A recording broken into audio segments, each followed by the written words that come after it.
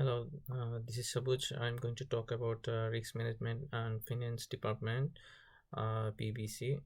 Uh, Here I'm going to talk about assets. The first one is finance database server with the high importance of stores, payroll, budgets, and private financial reports.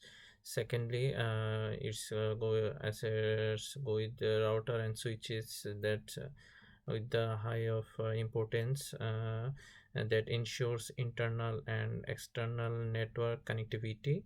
And next is workstation that's average important with the access and handle financial data. um, and then it's backup systems that's very high with the importance that prevents data loss from failures of attacks. And the last one is network cabling and infra. That's a little bit low importance with the purpose of support hardware commands easily and replaceable. My next slide is uh, response plan and mitigation rules during an attack. IT support isolate system apply patches, contact cybersecurity services, and staff report incidents, stop use, follow protocols. The mitigation strategies are farewell plus IDS that monitor and block threats, data backups plus access control that encrypt backups, apply role-based access, uh, plan review schedule that every 6 months after breaches or major updates, post training feedback. Thank you.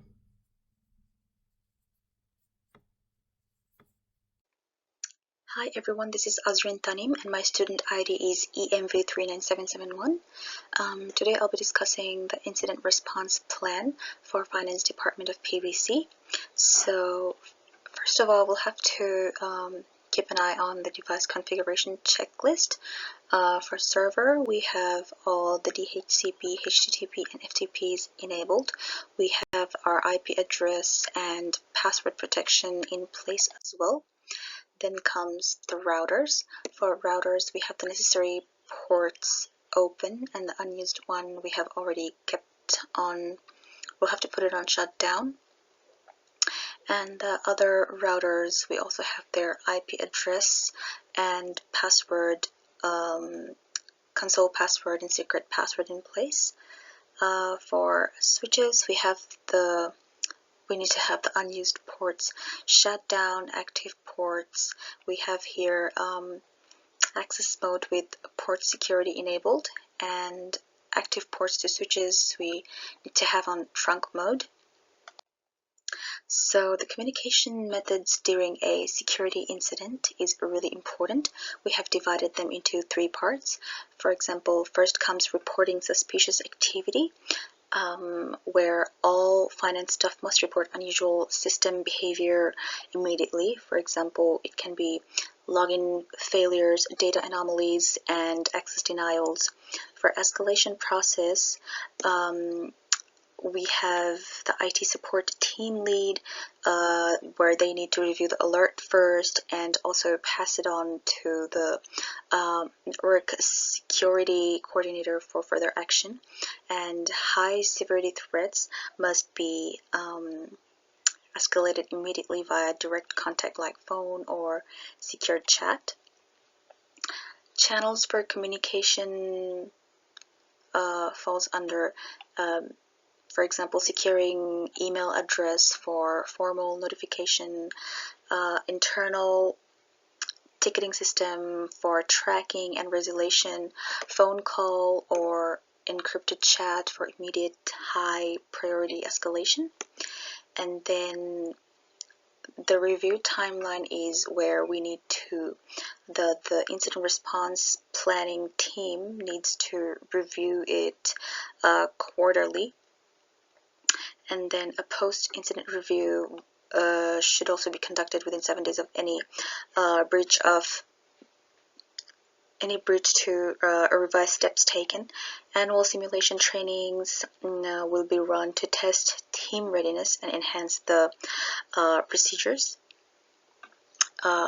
updates required by policy or infrastructure changes will be applied as needed. Thank you. Hello everyone, my name is Kunal Sharma and now I'm going to talk about the audit that we have conducted. Well, in this audit we reviewed the existing security settings for like one of the routers and the four switches in the PBC network. The main focus was on the security controls like password configuration, port security on access interfaces, ACLs, and whether the unused ports were shut down or not, because these controls are critical to protect the network from unauthorized access, especially on internal devices. As you can see from the table, there are multiple security gaps which are found during the audit. Well, first of all, most switches do not have password protection applied, especially the enable mode one, which mainly controls privileged access. Second is port security. It is also missing on many interfaces, leaving the network vulnerable to MAC address spoofing or unauthorized device connections. Additionally, the unused ports they were left active, which is very basic but a very often overlooked risk. While the router has ACLs, they are only partially applied to specific interfaces.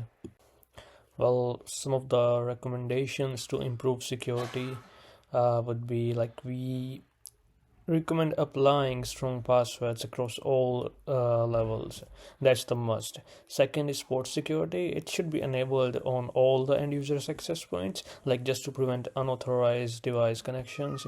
Then like setting down unused ports, it's a simple yet very effective way to reduce attack surfaces. Lastly, ACLs, they should be reviewed and expanded beyond the finance and operations to include other sensitive areas.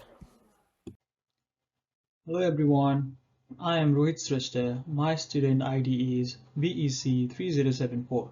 So, I am going to explain the implementation of missing network security controls on PBC's devices of its finance department, as it was my task for the final report. First things first, I had to look up onto the documents that we already had, such as PBC's network settings file, the password security file, and the password security policy file, the risk management plan, incident response plan, and the network audit that has listed existing security controls. My job was to update the missing security controls in the devices according to the policies and missing security controls specified in those documents. Now let's jump to our main program. I went to the network and fixed those issues based on what we found in the audit. First, with PBC's router, I enabled its console password as Cisco, as mentioned in the password security policy document, whereas the privileged enable password class was already applied on it.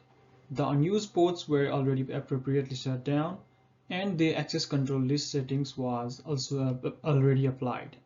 Finance and operation departments had the access to the router, while the marketing department was denied the access to the router. Moving forward to the switches, first I had to shut down all the unused ports. Then I had to apply the enable and console password in the switches wherever the password policy was not followed. Then I had to make sure all the ports connecting between switches were in trunk mode, and all the ports that were connecting to the end devices were in the access mode as per the network settings policy. If any of those two settings were not followed, I had to fix it manually. Then after correctly setting the port configurations, I applied port security onto those active ports, whichever were in the access mode. And also, while applying the port security, I applied the settings single use MAC address only as well.